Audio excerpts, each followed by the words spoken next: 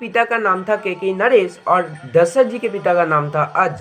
और तुलसीदास जी को जानते हैं, जिन्होंने हनुमान चालीसा लिखी थी? तुलसीदास जी पिछले जन्म में वाल्मीकि जी थे। जी हाँ, वही वाल्मीकि जिन्होंने रामायण की रचना की थी। अब तुलसीदास जी बनकर आए थे, उनके माता का नाम था हुलसी और पिताजी का नाम था आत्माराम दुबे और पत्नी का नाम था रत्नावती। उनका जब शादी हुआ रत्नावती के साथ, तो अब नियम है, पत्नी को जाना है अपने घर, ससुराल जाना है कुछ दिन के लिए। तो उन्होंने कहा मैं तो तुम्हारे बिना रह नहीं सकता। तुलसीदास जी रत्नावती से कहते हैं, तो रत्नावती जी कहते हैं कि ठीक है, कुछ दिन तक रुक जाओ, उसके बाद मैं ही चलाऊंगी, बहुत जल्दी चलाऊंगी। तो अब जब ये चले गए रत्नावती जी, तो तुलसीदास जी तो देखे कि 5 मिनट भी वो उनके बिना नहीं रह सकते। तो उन्होंने सोचा कि चलो अपने जर्नी को स्टार्ट करते हैं और उनके घर जाते हैं। तो वो अब निकल गए अपने घर से। अब एक नदी पड़ता है बीच में, उनके ससुराल जाने के बीच में।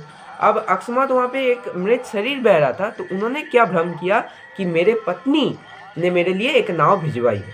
तो उन्होंने उस पर सवार हुए, तुलसीदास जी मृत शरीर के ऊपर सवार हुए और नदी को पार कर लिया। और जब वो जाने लगे तो रात हो गई। और रात में अब सामने से अगर जाते, बड़ा घर था, सामने से अगर जाते तो सब सोचते कि कैसा पति है, कैसा दामाद है, पत्नी के बिना कुछ दिन भी नहीं रह सकता। इसलिए उन्हें याद था कि रत्नावती ने एक बार कहा था कि मैं पिछले रूम में, ऊपर वाले रूम में रहती हूँ। तो उन्होंने क्या किया, जाकर देखा चढ़ना है, उतना बड़ा रूम है, चढ़ना है, कैसे चढ़े? तो उन्होंने क्या भ्रम किया, वहाँ पे एक सांप था, तो सांप में उन्होंने रस्सी को देख लिया। और देखिए हमें क्या भ्रम होता है, रस्सी में सांप को हम लोग देखते हैं, पर उन्होंने सांप में रस्सी को देख लिया और जो वहाँ पे लगा लिया। लगा के जब ऊपर उठे तो उन्होंने उठा दिया पत्नी को। पत्नी सो रही थी, रात के 12-1 बज रहे थे, 12:30, 1, 1:30 ऐसे बज रहे थे। उन्हें उठा लिया और जब उठाया तो उन्हें बहुत गुस्सा आया, अपने पत्नी रत्नावती को बहुत गुस्सा आया। अभी सोते हुए उठा दिए।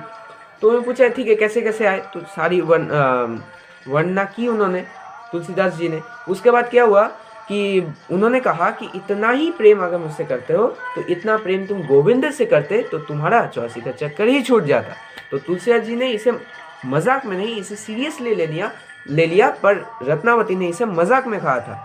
तो अब क्या करे, तो तुलसीदास जी चले गए वहाँ से, शांत स्वभाव के थे, चले गए अपने घर चले गए। और उन्होंने बाद में मनन किया, सोचा और फिर गोविंद के भक्त हो गए और सबको छोड़ दिया था। क्या आप इस कथा को पहले जानते हुआ कि एक राक्षस ने 16,108 रानियों को बंदी बना लिया। अब श्री कृष्ण वहाँ पे गए और उन्हें छुड़ा लिया, पर उन्होंने तब श्री कृष्ण ने उनसे कहा कि अब तुम अपने घर जाओ। पर 16,108 रानियों ने कहा कि अब हमें कौन अपनाएगा कृष्ण, अब दामोदर आप ही तो हमारे हैं। अगर हम लोग हरण कर लिए गए थे एक राक्षस के द्वारा, अब हमें कौन अपनाएगा, इसलिए आप ही हम लोग को अपनी रानियां बना लीजिए।